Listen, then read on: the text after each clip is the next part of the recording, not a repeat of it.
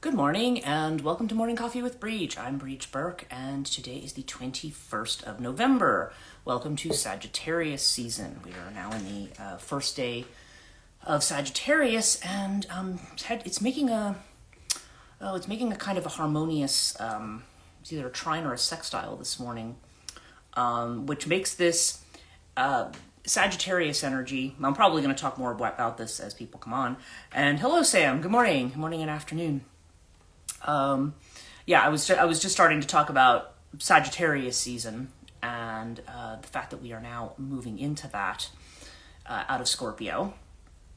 So we are definitely moving into this this place that is a little bit, well, Sagittarius is more expansive, right? I mean, we're talking Jupiter energy, we're talking ninth house.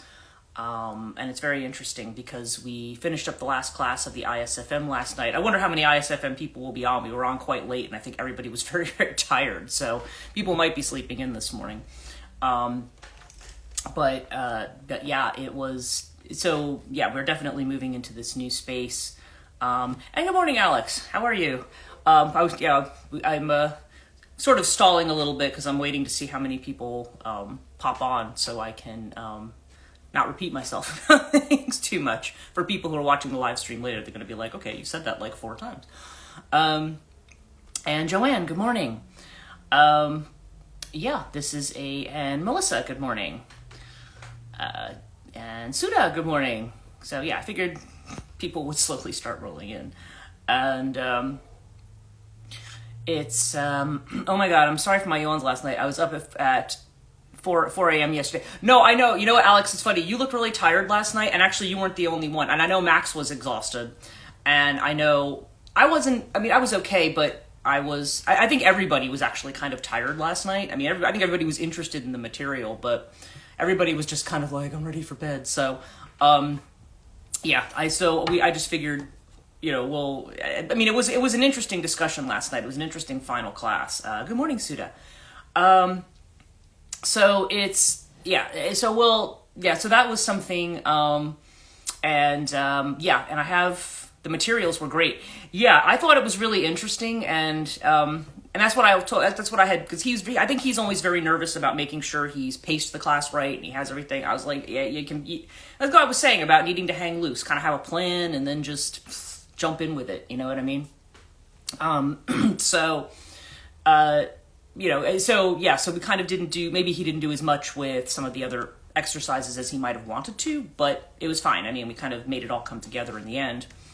And I thought one of his summary statements was very, very good, because what he was saying about the ISFM was, you know, he liked this as a space where, because he was talking about a lot of the divisions. He was talking about political divisions. He was talking about, you know, the 50% divorce rate. He was talking about, you know, all this stuff. And he said, you know, is there, you know, are we just going to move farther and farther into divisiveness, or can we find a way to make this come together? And I think he actually, in a very good way, I didn't have to do it, I think he summarized very well what the whole point of the school is. Because like I said, we're talking about masculine and feminine. I may ask him, you know, and again, we'll see if he's up for it, but, you know, I know one thing, he's talking about womanhood in this class, but he would love to do something where he talks about manhood too, like, you know, like looking at it from a male perspective, which I think is also important. I think if you're gonna understand, it's just like you're not gonna understand day without night, you're not gonna understand masculine without feminine, or vice versa, right? You're not gonna understand the feminine unless we look at it, you know, in context there. And you're talking about somebody who's, yes, a part 2. Yeah, it would be good. We'll see. I mean, I wasn't quite sure from his reaction whether or not he still wanted to do another one, but that would be very interesting. Yeah, because I think, and I think that's something that he would like to talk about in a forum where he doesn't think he's going to get in any trouble, because he's right. I mean, he was talking to me a little bit beforehand about some of his students and some of the drama among students and so forth.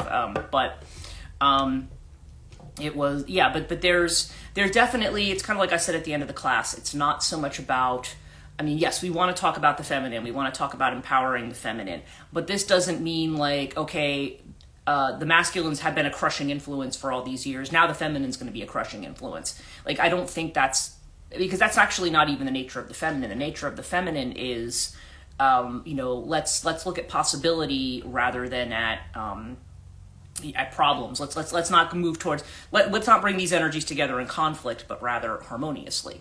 So how do we move in that direction? I would argue that even the dark feminine is for that, because if you think about forces like Kali and Durga, they're there to clear the air. They're there to fight against forces that would kill the soul of everybody. That's what they battle against, and that's what we're kind of doing here. We want to kind of allow people. I think it's been a perennial problem, not even just in current years. We have some specific problems in our current culture about trying to about how we are. I don't know, like the idea of a modern man, the idea of the historical man, to a certain degree, is alienated from nature and from his own nature, and that's been that way for hundreds of years now. That's not a new thing. It's just it takes different permutations, and I think we've kind of gotten to a point where it's like, okay, I think there's like almost a necessity here. Yeah, balance is what Joanna's saying. A necessity here of reconnecting, and so and part of that is reconnecting to nature. And what does that mean? So interestingly, I was just, before I get into my topic today, because that does kind of bring me into what came up this morning, I have a couple of things I wanted to tell you about. Well, first of all, we're in happy Sagittarius season. We are now moving into Sag season, and we are, this is kind of, this is a season, Sagittarius is very much ninth house energy, okay? So it's Jupiter, it's expansive. It's interesting, too, because some of our astrology readings said, don't forget we're moving into Jupiter. So we're moving into a space where we're looking at possibility rather than at limitation. Jupiter expands. So what is ninth house? What does ninth house cover? Ninth house tends to cover long-distance travel. So it's interesting that that's what I'm thinking about right now, because I'm like, this would be an ideal time. Of course, Mercury retrograde's coming up, too. But theoretically speaking, Sagittarius is the time that we think about, going abroad or experiencing different places.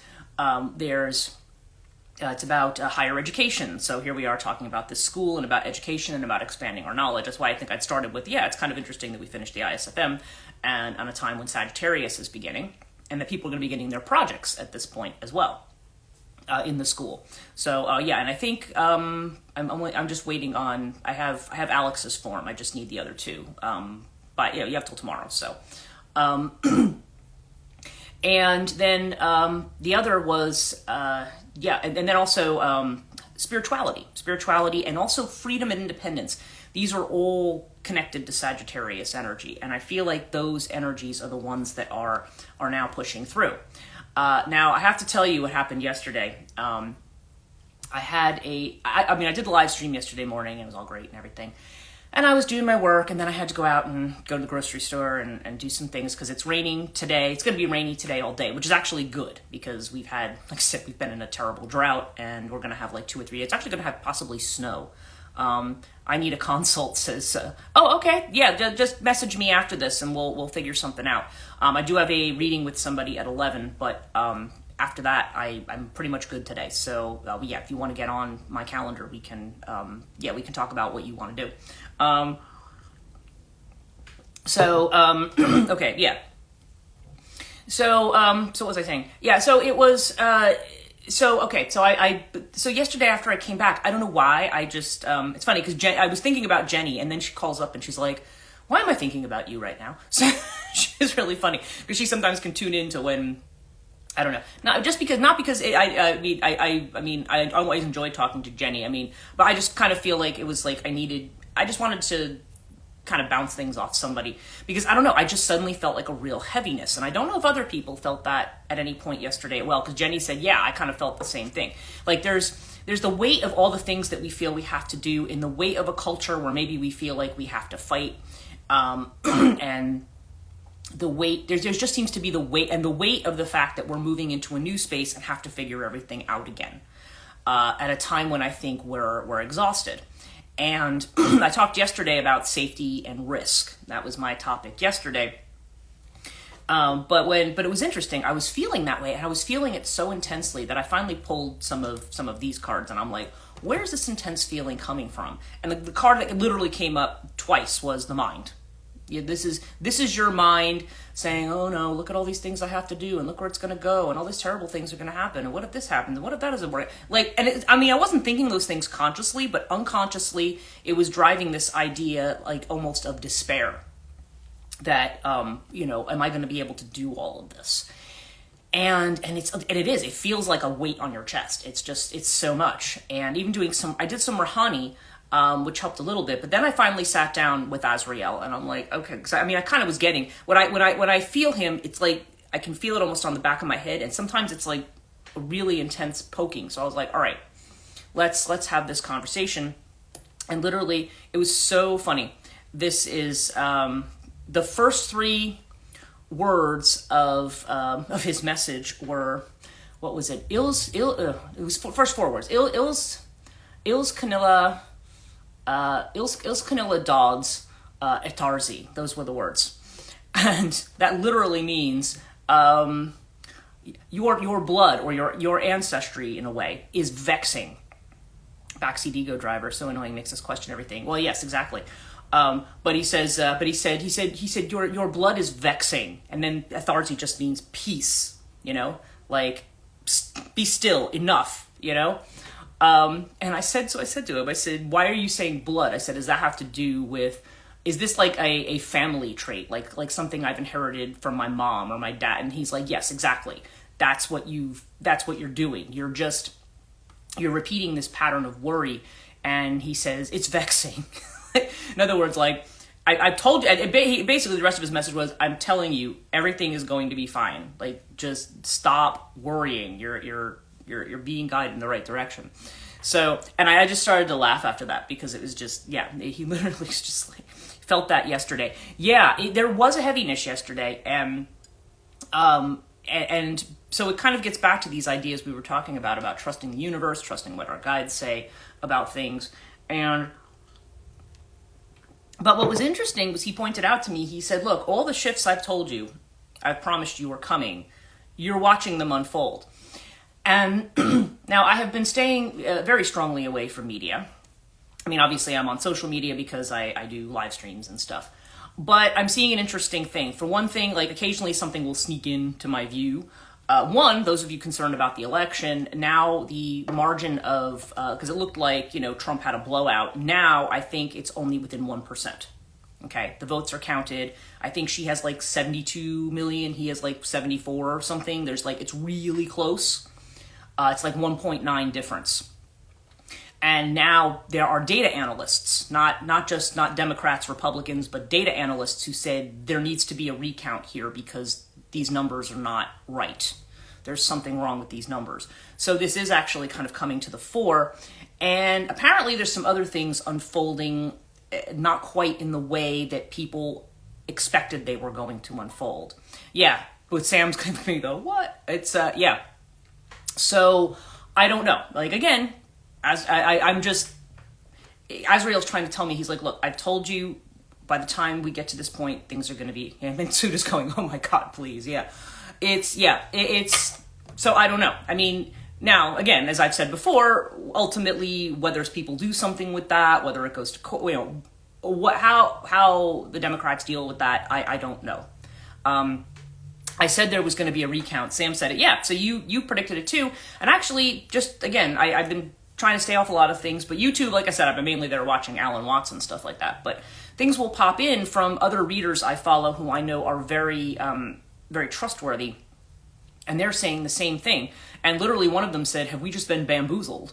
And what's going to happen with it? Like, is anybody going to do anything about it? So it's, it's not just, me saying this to you or even just Azrael saying, it's wow. Yeah, there's a lot of readers who are saying it because everybody, and again, it's not even about, okay, we just leave the whole political climate aside, okay? If we try to just make it about, which candidate people like better or which is better for the country, even if we kind of do that, even if there's people who say, well, I think Trump is okay, which, well, anyway, there are people there who think that, right? Okay. So it's sort of like, okay, if we're going to look at it from that vantage point, there's still even, like I said, even people in that, they're still, even astrologers and things who liked Trump said, well, I prefer Trump, but, no, it seems pretty clear Kamala's going to win. It's very clear almost everywhere. And so it's like, so this is not just people being in denial and saying, I want the result I was looking for. There's definitely a sense here that just something is not right. And given the people who seem to be behind a lot of this, like the billionaires like Musk and people like that, there's already some suspicion that there was something that Musk controls that was dealing with the vote tabulation and so forth. There was just something, I don't know. And I have not delved into that deeply, so I cannot explain to you what that is. But there's just a number of things that just this time just really do legitimately feel like they're off. And I think also because we're in a climate after 2020 with all the challengings of the election, it's almost like, well, the Democrats aren't going to challenge it because they're not going to want to look like the Republicans in 2020, like they're sore losers or something. But Starlink, yes, that's exactly it. Which Starlink is, like what you use like in your car for GPS and stuff like that. But there was something with Starlink that had to do with the votes. And it's, so I don't know. Let me just say, knowing the personalities involved, and not even talking about Trump here. I mean, we could talk about his personality, but even putting him aside, some of the other people and their agendas, because Trump's very malleable. He will go whatever way he thinks is going to get him, people to like him. So, that's one thing I've always said. He just doesn't have, he doesn't have any policy, right? And it's what a lot of people said. It's not even him that really scares people. It's the people around him that do. I haven't delved into any of it. The little that pops up on my work computer, the whole thing seems pretty messy, even for Trump supporters and the like. Right. I mean, it's not good for anybody. Let's put it that way. It's not good for anybody, regardless of what your political affiliation is. And I think people are starting to, a lot of these groups are now, like, the fire's lit, they're mobilized. They're like, wait a minute, we got to figure this out before January. So we said this was going to be a very chaotic time. And it definitely, definitely energetically it feels that way. I feel like when I go outside, even though I do protections when I go outside, I do grounding before I go outside, he's still in an environment where it feels just very, very strange. I mean, yesterday when I went into the store, I just felt kind of surreal. And then it was weird. There was this woman who was like partially toothless. Like she was there, like she was like, I don't know, she was in one of the frozen food aisles and she was looking at like frozen pancakes or something like that. And as I walked by, she said, "Can you help me?" And I said, "Oh, okay, sure. What do you need?"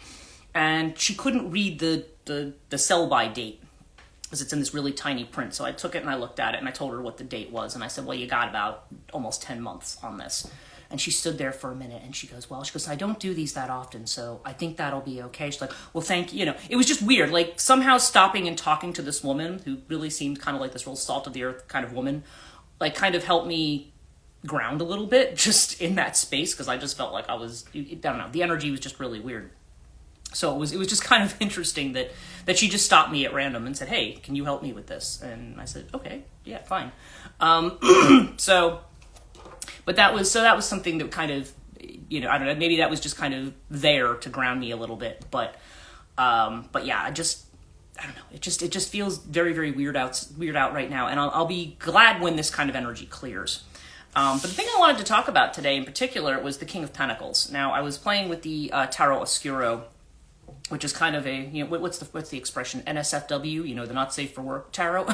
It's, Estelle Rivera makes some really crazy kind of stuff.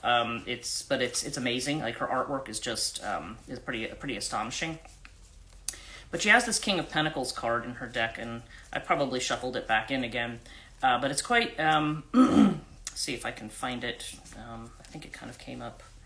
I'm seeing every other king in here, but I'm not seeing that. Oh, there he is. No, that's the queen. Never mind. Where's the king? Here's the king. Okay. So this is her King of Pentacles. Okay. And so I was playing around with this deck this morning because, I don't know, it is actually one of my favorite decks. I just don't always use it on camera a lot because she's got a lot of very vibrant and sometimes very kinky imagery in it. So, but I mean, which I think is, I don't have any issue with that, but YouTube does. Sam's going to have something to say. I keep pulling the King of Pentacles with cards like High Priestess and Intuition from the Color Prism deck that you and Alex have. Would love to learn more about the King. Okay, well, let's, I'll read to you what it says in the little book here, which was written by, the book was by Marie Moraru, I guess, is the woman who wrote the book on this. So here's what it has to say. The King of Pentacles is a leader who has a solution to everything, practical and logical. He keeps grounded in his ways and is not very open to change. Because of this, in a negative sense, he tends to be greedy, hungry for fame, narrow-minded, and rigid. Those are all, like we know with astrological signs, that's the spectrum of possibility, right? In a reading, he presents a desire for self-sufficiency, independence, and harmony with the environment. Okay, there's independence and harmony. That's very ninth house kind of stuff, right? If challenged at the time of your reading, you may find that the card invites flow and change. This transformation can be achieved through generosity at every level, and especially sharing your true self with others. This king is drawing his power from connecting with nature and the outside world. Okay, so yeah, a lot of times I think we think about the King of Pentacles, and it's interesting that you're drawing it with the High Priestess, because what is that about? That's about the feminine energy, and it's also an energy of independence, right? So, and it's about the mystery. And that was the other thing that Azrael kept bringing up to me the other day. He's like, you have to understand that the mystery, you're going to have an admiration for the mystery, is the way he had put it. Rasam, admiration, an admiration for the mystery. And it was, because he said, that's where your focus needs to be. And in terms of where we all need to be in the space of, I keep getting the Page of Pentacles, which, as we know in the Osho Zen deck, is the card of adventure, right? That's the little girl staring at the little underbrush, and there's a little rainbow peeking out from underneath it. Interesting, yeah. So the King of Pentacles is not about, we always think about it more about, if we see it like, okay, this is a successful business person, or this is somebody who knows how to manage money. I think on a deeper level, it's somebody who understands nature. And if you saw the video that I posted the other day, I've been watching, like I said, I feel like I could post every Alan Watts video, and I'm like, okay, I need to kind of curb myself with that. But he always has something to say. And he talks about when you're in the space of the eternal now, like when you're in the flow of the Tao, when you're in that space, that you are actually connected to nature. When you are terribly concerned with the past and the future, then you're not in the flow. And so there's a need to be in this flow and in this in this space of like literally just and it's very hard to do. As soon as you try to do something to get outside of your head, I think that's when the mind almost comes rushing in. So it's almost like you have to accept the presence of the mind. I need to get in the now stat. Yeah, well, you know what? I think we all do. I mean, that's just something. Well, actually, when I look back over, I guess you could call it my spiritual journey over the years, which it's been almost probably, well, I don't know. I guess I've been interested in spirituality since I was a kid, but like when I got outside of what the traditions that my mother raised me in, and I say my mother because my father had no interest in religion or spirituality whatsoever. It was once I started my own journey, I want to say I probably started my own journey at 13 and 14. That's when I really started having my own experiences, and that's when I really started feeling deeply that I needed to connect with something other than just, you go to CCD, you go to church, you do whatever. Although I was always very good in those things. Like, it was really funny. I was always like a star pupil in CCD because I don't know, I just understood everything that they were talking about. And actually, I think I even taught it at one point. But then that's when I started having my own experiences that pulled me away from that. And it was, and so in that long journey, I said, if I look back to when I was a Catholic, and I was very solidly Catholic, probably more in the mystical way, and then moved from that into like Wicca and things like that, because that was my introduction to this other world of the gods. And then during my marriage, it's kind of like I also, I don't know, I was still involved with Wicca, but the marriage felt very oppressive to me, so I just didn't feel particularly magical during that time period. I was more focused on my career and stuff like that. And I got more into Kabbalah and things, and then by the time my marriage was over, then I was like moving into dealing with, Ordo Templi Orientis and some of those groups, some of the more esoteric ceremonial magic groups. And then that's when I also met Amma. And so then that's when I had my mantra and I started practicing. I was really drawn. It was in my K2 phase, those of you who know Vedic astrology. So I was very, very drawn to doing Kali Puja, and I did it quite regularly. And that was probably one of the most beneficial time periods of my life. Like a lot of people say, oh, K2, it's not, No, that for me, that was like more of a time of liberation, because it was like, okay, that's the first time I was really able to see and understand everything I'd been working on up to that point. Now you have to remember that was 20 some years ago.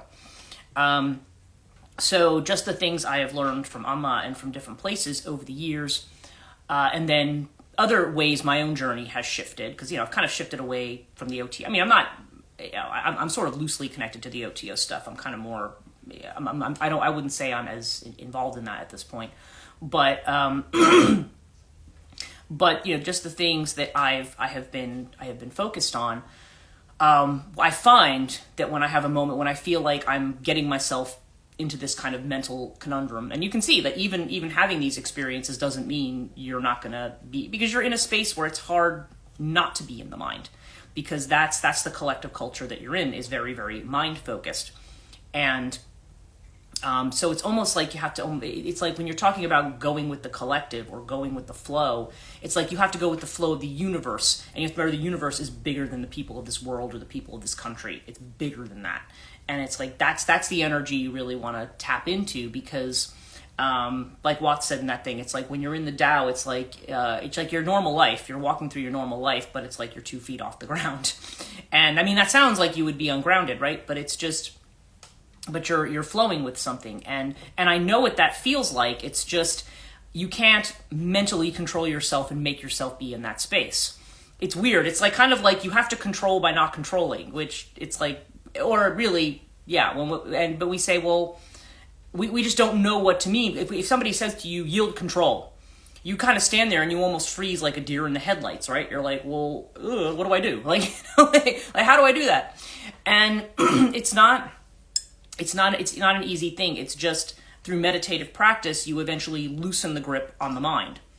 And when you do that, the more you do that, when you have these moments, the easier it can be for you to pull back from it. That's what I find over the years.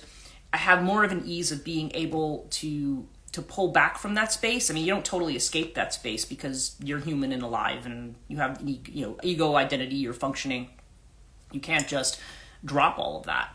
But yeah, it's an interesting space to be in, and but it is something that's a little hard to maintain in this world, because if everything else is kind of out of balance, and I mean, you being in balance is helpful, but I mean, I guess we shouldn't beat ourselves up if we have a hard time staying in that space, because even being in that space for a short period of time can be very beneficial and can change your outlook on everything, and the thing about it is that to be in that space is to connect to nature. That's why I bring this up in the context of the King of Pentacles, because that means that you are connected to nature in that space. You are in a space where you are, where you're able to, well, I don't know, where in the midst of everything you're doing, the list is not as important. It's like being able to stop and to look at things or to observe things very closely. I think the way Alan Watts said it in one video is he said, he says, you can't do it through your mind. He says, it's almost like if you hear a sound. Like Joanne was saying, she was at the, she was at that waterfall the other day. And it's almost like if you just sit and just allow yourself to be absorbed into that sound. And your fascination, that's what we talk about, one-pointed meditation. You just become fascinated with the sound, and then eventually if the sound goes away and there's silence, it kind of leaves you in that space. That's one way that we can do things like that. I think that's why we have some of these things. And sound, of course, that's the whole thing behind mantra as well. The idea that you have a sound that you can focus on. I mean, you can talk about the Om, which is the kind of the universal sound, frequency, the sound. But there's also, if you have, there are particular mantras that you might get. Like if you have a guru, you might be initiated with the mantra, and you can, yeah. So if you're doing the mantra, you can that also can bring you into that space, that can connect you, because those sounds in India, they have they're called bija mantras, right? They're seed mantras, and Well, there's seed mantras. There's the bijas, which are usually strings of things like, I om, I'm cream, clom, clom. Like there's these different sounds. Hreem, shreem. There's a whole string of them, and they might be combined in a certain way. They have a meaning, but usually the guru decides, what if the guru gives you a bija like that, that's how it would go. The other type of mantras are Gayatri mantras, and those have 32 syllables. So those are longer. And those are not, you can recite those on a regular basis, but those are not usually the same, like not the ones you do japa with, like with a rosary. Those are the individual ones. And just the repetition of that is also something that helps you clear out of the mind. Gayatri is, they all kind of follow a similar formula, like the actual Gayatri. The one I say this one the one I say every morning is, Om Bhuva Swaha Tat Savitur Varanyam Bhargo Devasya Dhimahi Dhyoyona Prachodayat. That's 32 syllables. That's a Gayatri. And all the Gayatris to whatever deity follow that same formula. It's almost like saying, we now focus on or praise this goddess who has these qualities. It's that kind of a thing. And then there's also the dhyanam. That's another type of prayer that you might do. I know certainly when you start when you start Amma's version of I am, you start with a dhyanam. That's which is like a shloka, and so it's almost like a little prayer. Like again, we meditate on this one. Wow, I never knew Gayatri had 32 syllables. Yes, I learned that through what was her name? Shri Ma. She's a Kali. She and I forget the name of the Swami who works with her, but they run I think they run the Kali temple, I think, out in the West Coast. And Gayatri has 32 syllables. So that's what makes it different from the bija is the kind of monosyllabic, and you could recite one, but typically there's a string of bija mantra of bijas, right? And then the Gayatri is the 32 syllables. So it's and they tend to be used in different places. You might see the Gayatri a little bit more in puja and things like that. But anyway, technicality, right? But it's the point being is that through sound or through focusing on a sound, or through just focusing on a spot. I remember we were talking with Pat, and because she's had some Buddhist training, and she goes, like the idea of a mandala and focusing on the center of a mandala, which again, focusing on that center point, right? You're focusing on that point of stillness. Super cool, yeah, right? Yeah, exactly. But it's kind of getting back to that basic, like, okay, because as Alan Watts said, he says, just like if we're having a conversation, okay, I'm sitting here talking, but if you and I are in the same room and having a conversation, if every time you try to talk, I just talk over you, then we're not having a conversation. I'm talking at you, right? If I don't stop and listen to you, then I'm not hearing you and we're not having a dialogue. As he says, similarly, if your mind is talking all the time and your inner voice is trying to talk, you're just hearing a monologue of your mind. You're not actually hearing what your inner voice is trying to say. Or what your guides may be trying to say. Like that's why we move towards stillness, because in that quiet space, then it's like, okay, now I can hear and see what's really going on.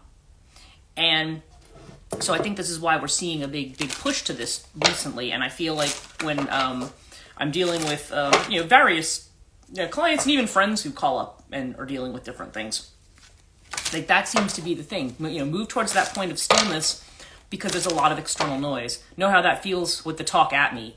Yeah, exactly. And well, I think, a lot of times we do know what it's like when people just talk at us.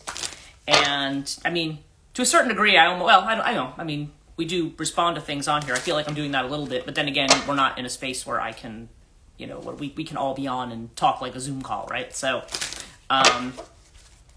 so there's, it's interesting. The way in which I feel like we're kind of being called to just kind of be in that space and grounding. And I think King of Pentacles has to do with the nature of grounding as well, because this is about, good morning. Because grounding is really, a lot of times we think of grounding as like, okay, go outside and like walk barefoot in the grass or hug a tree or something like that, which are all not bad things to do. Yeah, but you let us talk to you when you responded with compassion. Oh, well, thank you. Yes, exactly. Yeah, I'm interested in what everybody else has to say. I'm not just interested in what I have to say. I'm interested in having a discussion. No, not you. Very rare in occult spaces. Yeah, well, that is true. And it says, no, not here. Yeah, it is. Well, that is true. And who was I having a conversation with the other night? It was somebody. It was another friend of mine who is finding this out about occult spaces, actually. Who's kind of like started with a very positive experience of something, and then said to me, this much time has passed and this is what I'm noticing. And I'm like, I think I left her a very long message about it, but yeah. There's a lot that goes on with that. But let's do our reading for today. And, goodness. Okay. Do I do that every time I do a reading? And also, speaking of the Tao, I also am going to have my Wisdom of the Tao cards. I'm going to actually pull one of those today, too, because I think that would make sense in our context that we're working in. Okay, so our first card is playfulness. Here's the Page of Wands, right? It's time to be playful. I always notice there's a clown on this card. Now, I hate clowns. Just full disclosure, I don't like them. But if we take the symbolism of that, that's almost a trickster energy. And that's, interestingly, there was something about, the Five of Pentacles. Yeah, I'm just going to read to you about the Five of Pentacles from Estelle Rivera's Tarot, or Tarot Oscuro. Okay, this was written by, again, Maria Moraru. Five of Pentacles, which is, and mind you, we see this a lot for ourselves too, where that's the outsider card, where we feel like we're isolated, we're in poverty, with the outsider looking in, we don't have enough, we're never going to be enough, right? Five of Pentacles speaks of a challenge, potentially because of material reasons, financial hardship, or other difficulties. This, in some cases, is just your perception and not your actual situation. You may feel burdened because of looking after another or being dependent on another. You feel excluded, overwhelmed with worry, and may have a tendency to complain. If you are experiencing difficulties, they are only temporary. You will experience relief when you least expect it. Learn to adapt to new circumstances and have faith that you will overcome this season. Later on, you will look back and understand how you learned the most from the hardest of times. Okay? So, I feel like there's an energy of that here. Like you're in a new space and we're afraid to play because we're afraid of all the ramifications of not doing all the things that we feel that we're supposed to be doing, duty bound to do. Okay, so we're in a space of play. The inner feeling of which we're unaware, here's our laziness card again, right? And again, this black and white, we have this idea of how things are, and but this is how I'm supposed to do it. But you see that breaking up in the background. It's like, no, there's all this chaos behind this guy sitting here. And that the point of this card is that we get very comfortable in our narratives. And when something shifts, and again, we always assume it's bad narratives that are going away, but sometimes it's even something that we consider to be a good or virtuous thing could also be going away. It could be saying, no, this is not, we've always been told. One good example of this, you hear a lot of talk around hard work. Now, yes, I think hard work, when you work hard at something and you produce something, I think there's a virtue to that. But when people look at, say, I don't know, Gen Zers or whatever who are Instagram influencers and are making a ton of money just by having followers or something, and people go, well, that's not fair, that's not working. And I'm like, well, maybe. And I mean, maybe they're just, but they've managed to sell an image. Isn't there a cleverness to that? Isn't there a cleverness to being able to do that? And do some people look at them with disdain? Because that's kind of the same thing of like, well, I had to work hard for this, and so should you. Well, why? Why would we not try to do things better? I know we're rewriting the collective narrative. I feel my personal narrative is being written too. Well, sure, because your personal narrative becomes a reflection of the collective. We don't always think of it that way. We think of them as being separate, but they're not really. We're all part of the same system, and everything that we do is part of that. I think we tend to think that we have very little power, but when you're actually in the flow of things, your change becomes everybody else's change, right? We all have our individual life circumstances, family, home, if people have kids, whatever, job, whatever it is in your personal life that you may be working with. But interestingly, the external feeling of which we are aware, back to what Sam said about the High Priestess, is in fact the High Priestess card, which is the inner voice. Okay? So we are all aware that our inner voice is trying to talk to us, but we are kind of like, yeah, but, you know, this is the way, your mind is saying, yeah, but this is the way it is. It's this way or it's this way, and blah, blah, blah, blah, you know, and so yeah, you know, okay, maybe I'll think about this thing that's coming in, but, you know, this is really where my comfort zone is. And it's saying, yeah, but look at all the chaos that's going to be upending all this little black and white right here. Sometimes chaos has a purpose, and what they're saying is, you know, you want to play in the middle of this chaos. You don't want to be, you want to allow yourself to experiment, to say, okay, let's try the new thing. Let's, you know, let's play at that. Because obviously, until we know how to do it, we're only playing at it, right? And what's our card here? We have integration. Okay, this is temperance. This is the, or art in some decks. This is the integration card. So, and then we have, what do we have? The Tao symbol right in the middle, right? We are integrating. So it's not about trying to hold fast to an old way of thinking. It's about, okay, how do we look at what's happening and how do we integrate that? What part of that can be woven in? In fact, I've seen the word weave a lot. It's ordo in the Enochian is, you know, and I think he has actually said, watch how she weaves, meaning how the kind of divine feminine, watch how she weaves. So it's always going to be a combination of what we think of as things that are pleasing to us or moving towards the collective, but it can also be a lot of this ugly stuff too. Like it's a hard thing to conceptualize, but everything has a place. And it's like, what is the place of this is what we're trying to figure out. And ultimately, we have the King of Cups, which actually, in addition to the King of Pentacles, is the other card I keep getting. And what is this a card of? Healing, right? Healing. We're back to, so what are they telling us to do? These are the three cards down the center. We have healing, we have opening the heart space with healing, we've got integration, and we've got play. It's like those are kind of the three things that we, and the thing is, we talk about it and we say, yeah, you know, I need to do more of that. But our automatic reaction is not to do that. Our automatic reaction is, no, I have to, I have to roll up my sleeves and I have to have a plan and do all this stuff. And I don't know, I think my kind of final thought on it is just that when I think about Capricorn and Capricorn energy, because right, we've just moved out of Pluto and Capricorn. We are now, for the next 20 years, in Pluto and Aquarius. And shifts are like that are always bumpy. But Pluto and Aquarius, I mean, yes, there's a lot we have worried about with technology and what AI is going to do and how it's going to interfere with things and so on and so forth. But we also need to say, okay, this is also about being humanitarian, right? Aquarius is that, it's 11th house. It's that vibe of connecting with other people and not necessarily self-isolating. But right now we're in that Sagittarius energy of expansion. And I think generally speaking, it's if we want to move into that space, it has to be about exploration. It has to be about getting outside of our comfort zone, looking at different ways of doing things. And, you know, even different approaches. And sometimes that just means, I think the place to start with that is to try to get to that place of stillness.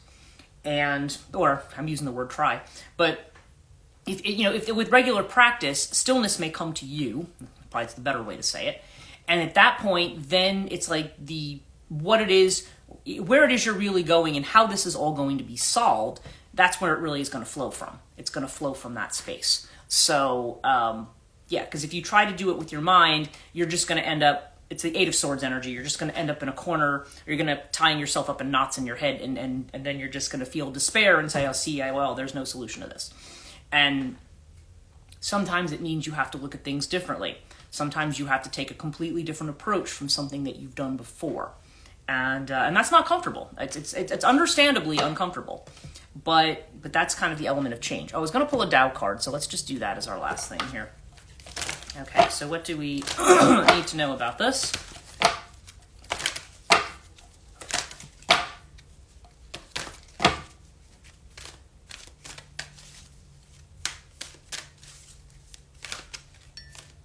Yep. Okay, what's our card? Balance. Okay, balance is our card. And this is Immortal Woman Hay is the name of this. So let me just read to you what this card is. She makes this book, okay, there it is. I mean, this is a great little oracle deck, but my problem with it is just that, like, if you see the way the lettering is on here, it makes it hard for me to read because my eyesight is not as good as it used to be, so I have to actually use a flashlight to look at it. Okay.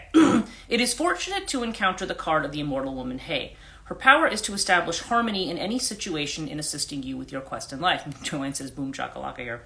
Immortal woman Hay, also known as Hay, okay, I'm not going to say it right, is about physical balance and emotional resonance.